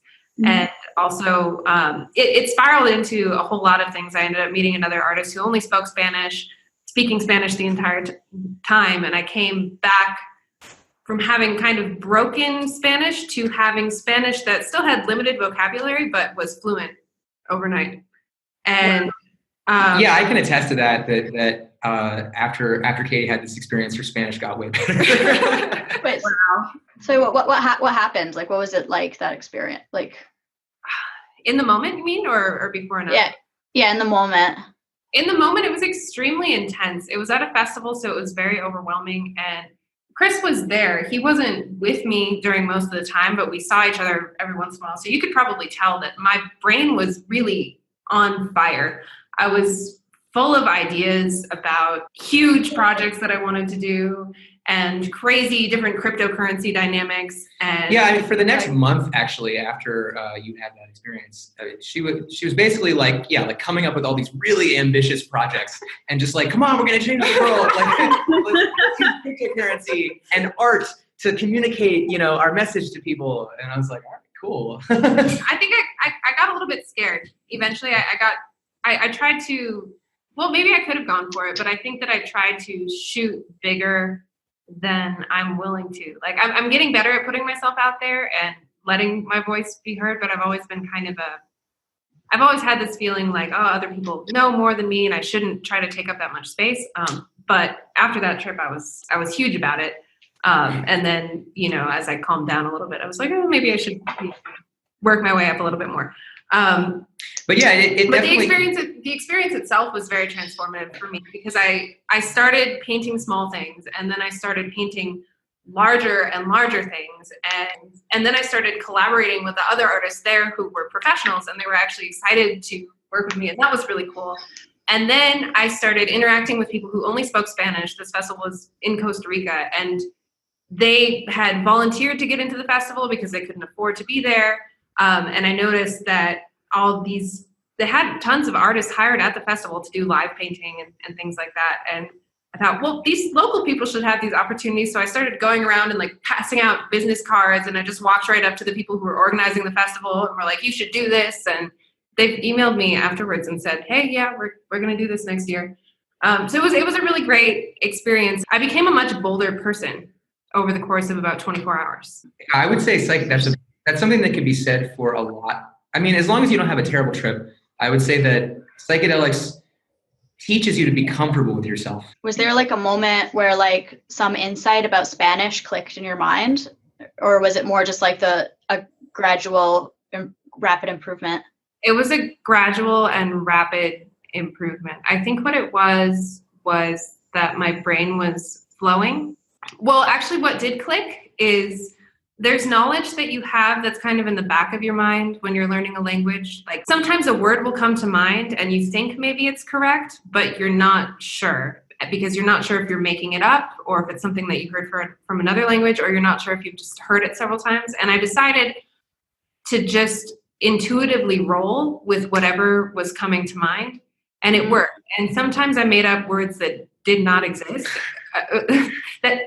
And I still do that when I'm speaking Spanish. I make up plenty of words that don't exist, but it's usually understandable.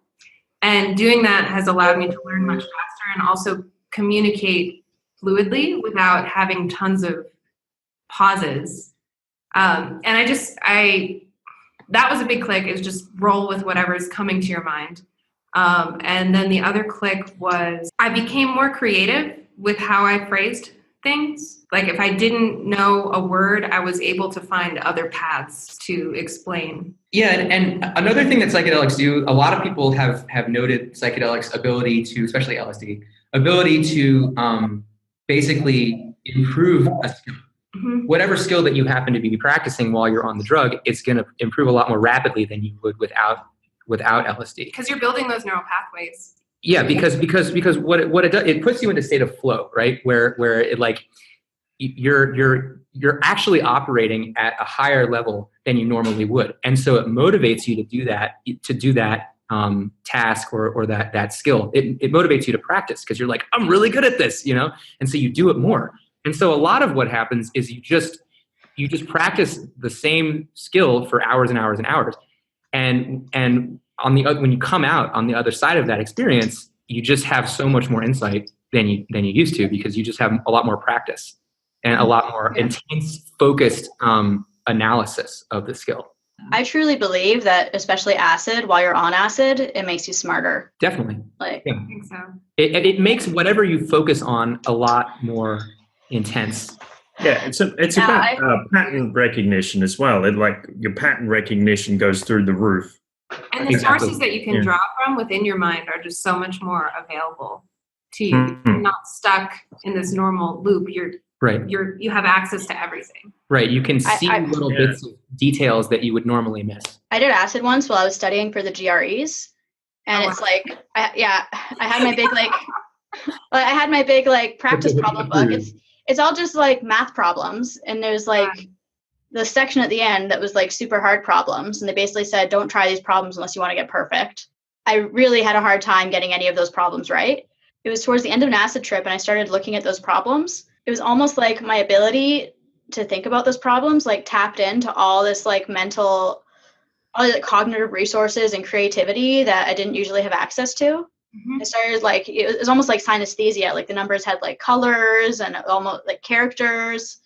And so I was like writing down answers to the problems, and I was like thinking like, okay, either like I'm gonna check the answers at the end and see if I'm right or see if I'm wrong, because if it's like, it could just be this like sometimes when you're on a psychedelic, it's like, oh, I feel like it's hard to distinguish like whether it just feels like it's like I'm so brilliant, or all these insights are so smart, and then afterwards you look back and you're like, oh no, actually, I think that's a common experience on drugs like cocaine.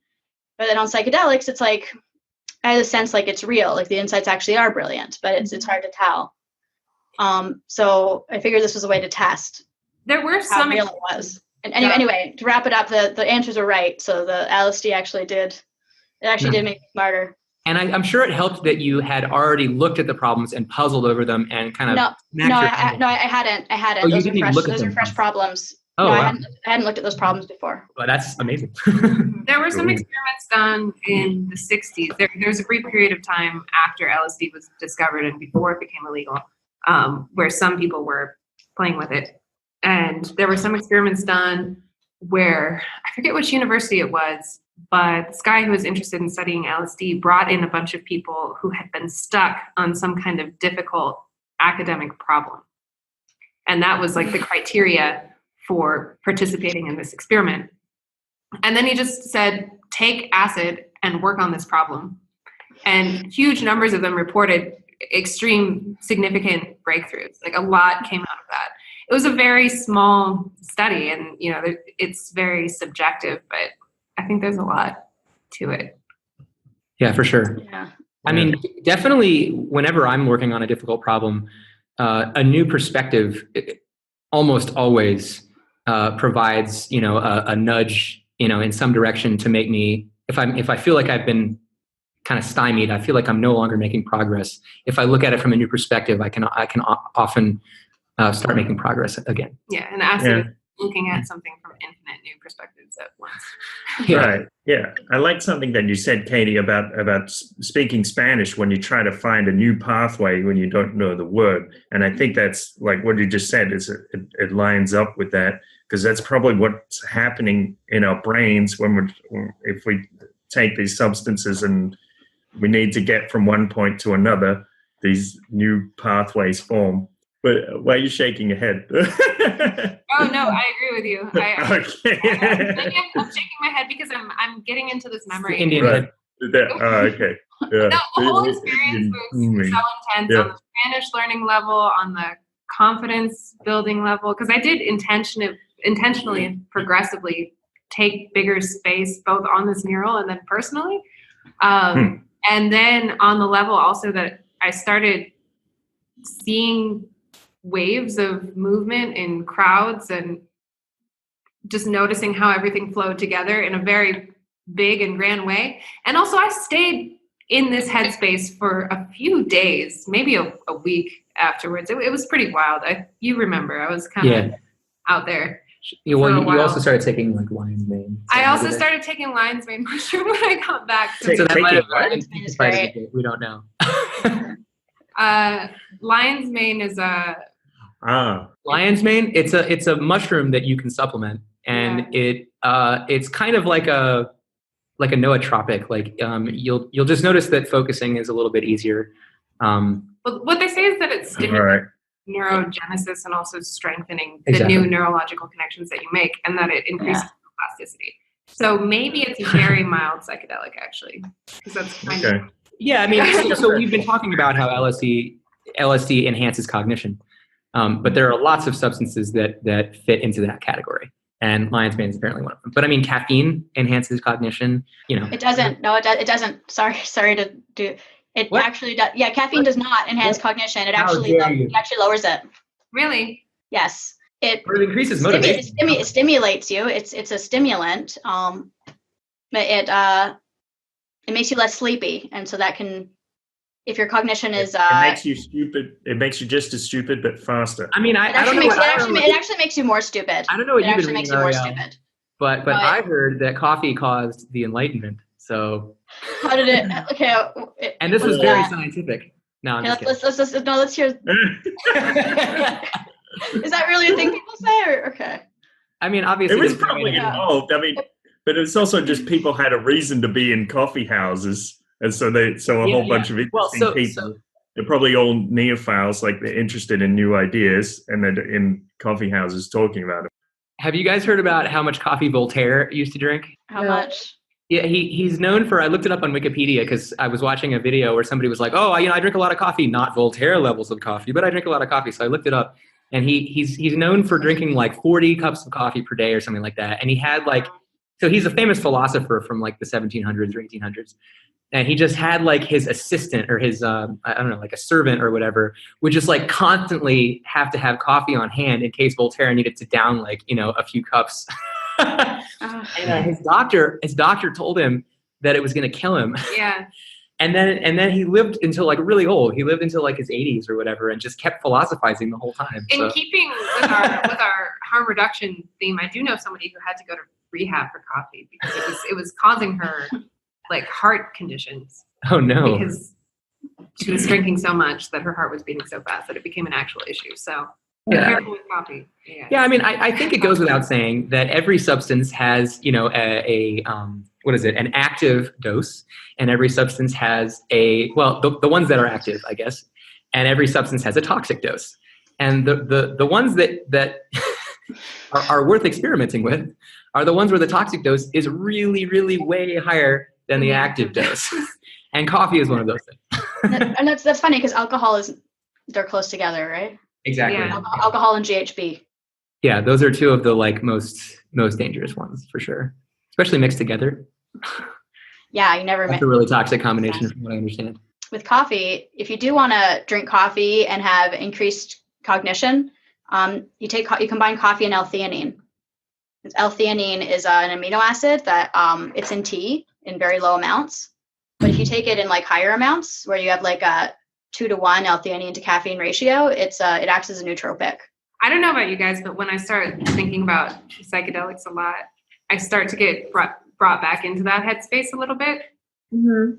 I don't know if that. Yeah, and that's kind of, I think, I guess, is my last point. Like, I think on some level, all drugs are shortcuts to the different these different dimensions of consciousness or perspectives that we can look at, whether they're real or not.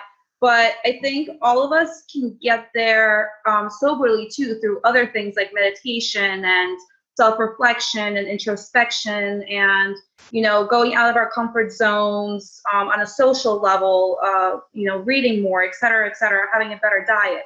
So I think that drugs are really kind of like a short-term portal to see where you can go, and then you can come back from those experiences and you can get back to those levels of, say like MDMA induced euphoria, or being able to see spirits in the other realms, or talk to aliens, or any of those other, or get telekinetic powers. All of those. I really want to hear the story too.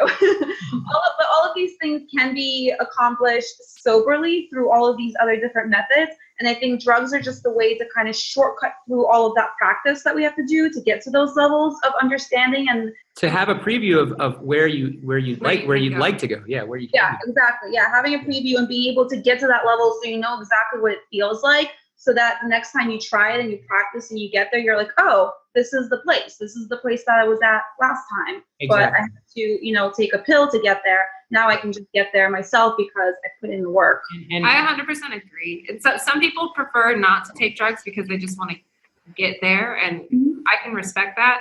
I do think that psychedelics can take you to a place that would be practically impossible for most people to get to in their lifetime. So. Right, yeah.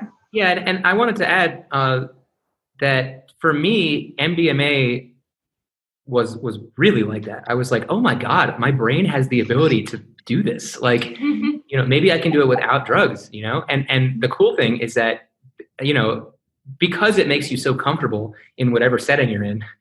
For me, I tend to get lots of energy, and I get really hyped up when I'm like at a rave or a concert or whatever, and there's a bunch of other people there. And what I do when I'm on MDMA is I'll talk to everybody, and I'll dance with everybody, and just like it just like be really high energy. And then of course I've been back to raves and concerts and just been sober after that, and had the realization, oh, I can do all those things and still be sober, and I'll still have a way better time, and everybody around me will still have a way better time than if I didn't do those things. So it's like it teaches you these new, I guess, ways of looking at things that you can take with you beyond that experience, outside that experience. And you want to do that. You want to actually, take that experience that you have on these psychedelics and then kind of integrate it into your life. And if you found out some profound insight about yourself or your life or how you're handling things, and you change that course or direction that you're going in your life, you actually use those new tools that come into your kind of awareness, then those positive effects can last for a really long time. If you just have a trip and then the next day you're like, oh, whatever, and you kind of like forget about it, then you kind of, your brain goes back to those regular pathways that it's always known. So you do want to, practice and understand what those tools are and actually use them in everyday life after you have your first profound experience.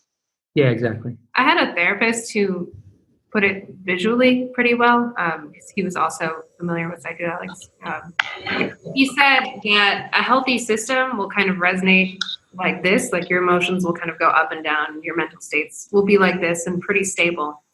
And then when you're on a psychedelic, it'll take you way out here for a while. And then if you're healthy and if you steer it right, if you know how to maneuver in there, then you can come out on the other side and be at a higher level afterwards. Mm-hmm. And that's the ideal place to go. I like it. That's beautiful. Also, I think it bears repeating what Chris said. Believe in the power of love. You got it, man. You got it. Yeah. I mean, it probably also bears repeating it, like with that model, like as a healthy mind going into it, right? Like it's not always the right thing for everyone all the time. Absolutely. And the worst case scenario would be that pattern, there's resonance patterns that just start spinning out of control and more up and down, or it spins you to a very low place. Yeah, it can spin you down. Yeah, especially acid. I think acid really, people can spin down very quickly.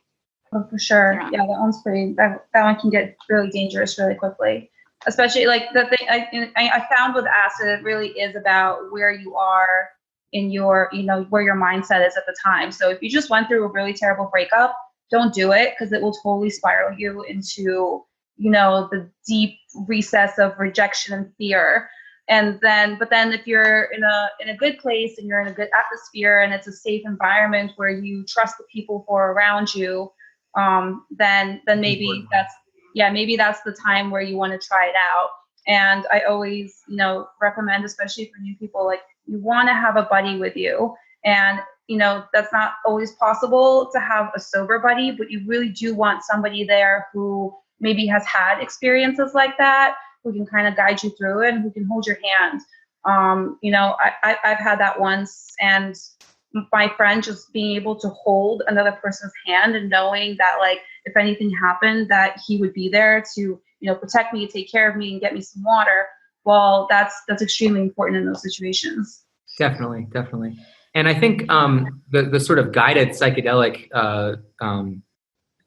paradigm, where a lot of people who are trying to legalize psychedelics say, well, we should let people experiment with psychedelics with a guide, because that's how it's been done for thousands of years. And what the guide does is, the guide is a sober person, that a shaman or whatever, who has a lot of experience with the substance, and has a lot of experience with other people being on the substance around them, and basically that other person is really important, because when your ego dies, or when your ego is about to die, it freaks out. It's like, oh my God, I don't want to go away. Where am I going to go? And what if I just end up in a ditch somewhere, and everybody forgets about me?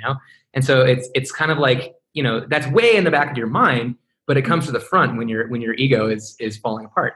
And so if you have somebody there that's just out in the sober world and knows what's going on and is on top of things, and you don't have to have those worries. You can just be like, well, this person's got me, so I can just let my brain go wherever it wants. It's a lot more efficient use of the drug and the time that you have while you're on it. And be prepared.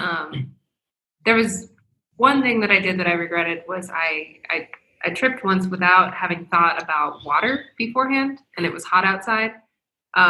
Definitely always think about water when you trip. Yeah, think about water beforehand. So I was fine, I never got dehydrated, but I think probably every 45 minutes or so, I went on this long journey to try to find water, and it became a whole thing. It's part of the adventure, right? Everything gets longer and more convoluted, and you're like, on this trip, all of a sudden you're on this trip to the desert, and you're trying to find the oasis, and it's like, it was a big part of the journey, and it was good, but I do wish that not so much of that time had been spent trying to get water. Fruit is nice to have, especially for acid, because it gets your blood sugar back up, and it's not too offensive to digest. Yeah, exactly. If you have a little source, if you have water and you have a source of quick sugar that you can kind of nibble at or sip at throughout the course of the trip, that leads to a much better trip, because you're not worrying about possibly fainting or dying or whatever. Yeah, and you definitely want to, I feel like you want to eat something that's alive, right? Not like candy or like snack foods or anything fast food. Like, you want to do something that's natural, like vegetables and fruit. And also for MDMA, I know it's like HPP 8 or 5 or something. HPP 5 HTP, yeah.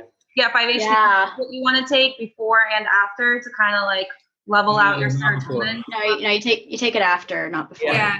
I did it before one time, and it was the most ridiculous roll of my life. It can be dangerous. It can end up leading to serotonin syndrome, so be very careful with that. Yeah, don't do that.